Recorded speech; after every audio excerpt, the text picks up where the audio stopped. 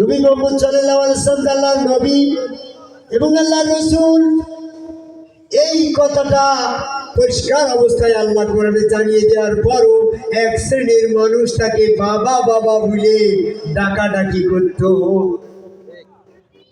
তখন আল্লাহ রাব্বুল আলামিন আয়াত নাযিল করে দিল।